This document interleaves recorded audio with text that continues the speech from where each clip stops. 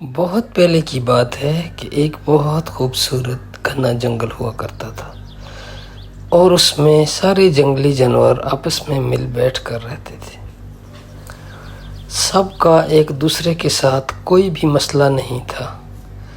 ان جانوروں میں بڑے بڑے جانور، ہاتھی، چھوٹے جانور، درمیانے ہر طرح کے جانور اور پرندے موجود تھے جو آپس میں ہنسی خوشی زندگی گزار رہے تھے۔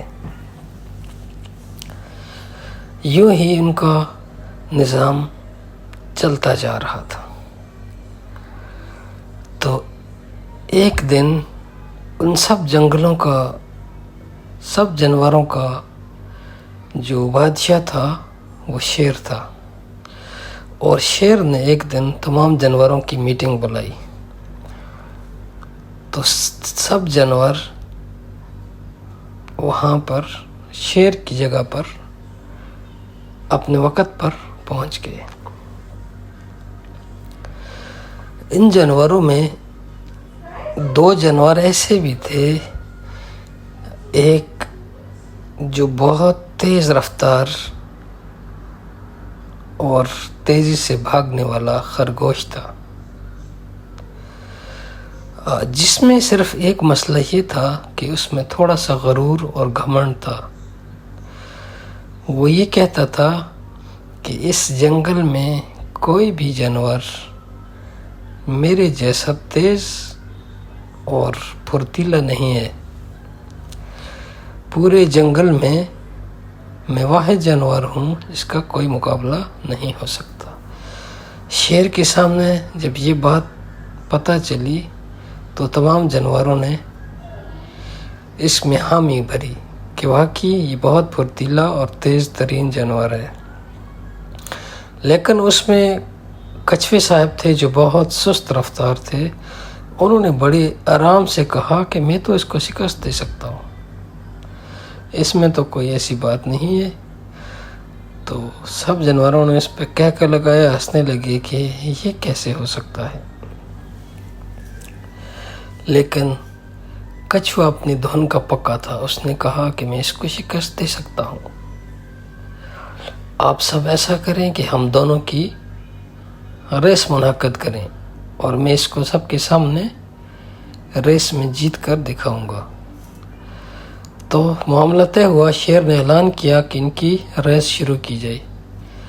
جو ہی ریس شروع کی تو کچھوا بہت سلو تھا، لیکن خرگوش نے 2 4 5 چھلانگیں لگائی اور بہت دور تک نکل گیا۔ وہ چلتے چلتے مختلف جگہوں سے گزرتا ہوا گیا اور تھک گیا۔ اس نے دیکھا کہ خرگوش کہ میں تو بہت تیز ہوں، میں بہت پھرتیلا ہوں، اور کچھوے کا تو ابھی نام نشان بھی نہیں نظر آ رہا کہیں پیچھے۔ اور دوسری جانب کچھوا سلو، آہستہ آہستہ رفتار کے ساتھ مسلسل چلتا رہا، اور یہ دونوں آگے جاتے جاتے آگے چلے گئے۔ کیوں نہ میں بھی تھوڑی دیر آرام کر لوں۔ کچھوے میاں تو بہت پیچھے ہوں گے، اور میرا کیا ہے، میں تو بہت جلدی 2 4 چھلانگیں لگاؤں گا تو اس سے بہت آگے۔ چلو میں تھوڑی دیر سو جاتا ہوں، اور پھر میں جب تازہ دم ہو جاؤں گا تو آگے چلا جاؤں گا۔ ارے واہ خرگوش میاں، آپ کو تو نیند آئی ہے۔ اچھا ہے آپ سوتے رہو، مجھے تو اپنی منزل تک پہنچنا ہے۔ میں تو چلتا بنوں گا، آگے میرے تو آپ سے پہلے پہنچ جاؤں گا۔ اور دوسری طرف کچھوے نے خرگوش کو ایک درخت کے نیچے سوتے ہوئے پایا، اور اپنی دھن کا پکا تھا۔ اس نے بہت سارے راستے آہستہ آہستہ اپنی سپیڈ کے ساتھ آگے بڑھنا شروع کیا۔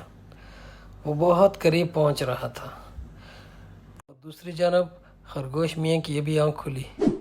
ارے یہ کیا، میں تو سو گیا تھا، لگتا ہے کچھوا مجھ سے آگے نکل گیا ہے۔ لیکن کوئی بات نہیں، میری تو 2 4 چھلانگیں ہی کافی ہے، میں ابھی اسے آگے بھاگتا ہوں۔